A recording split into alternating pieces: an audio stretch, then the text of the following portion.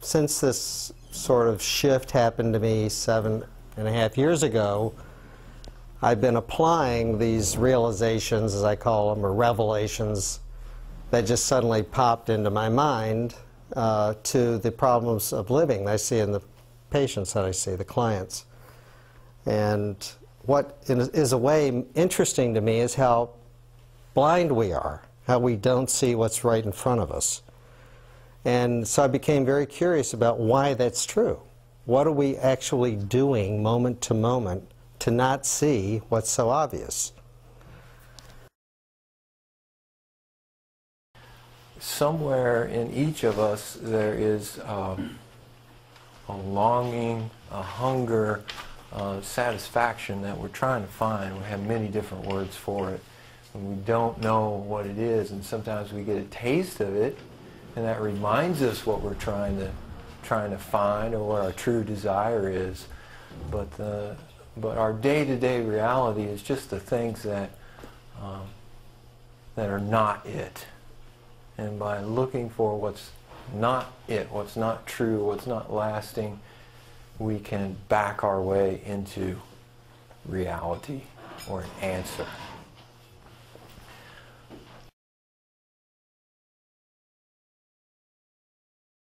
I mean, it all comes back to the core point for me, which was a eureka moment for me in intellectualizing after the fact my realization and what my path had been and what I saw other people's paths was, and that is, you know, our purpose is to define ourselves.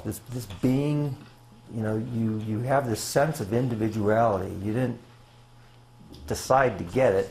It showed up, and you're in it.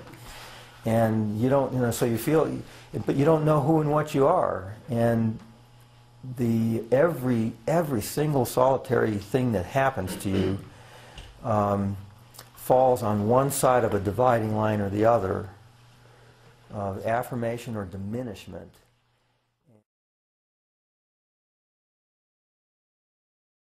A lot of time is spent in our search kind of on that, looking this way. What am I? Deconstructing the personality, finding out the true reality of the I, and that sort of thing. For this inquiry, we're kind of going the other way. We're going to deconstruct reality. You know, what is this place that I believe myself to be in, and see if that gets us to the same place or if there's a convergence.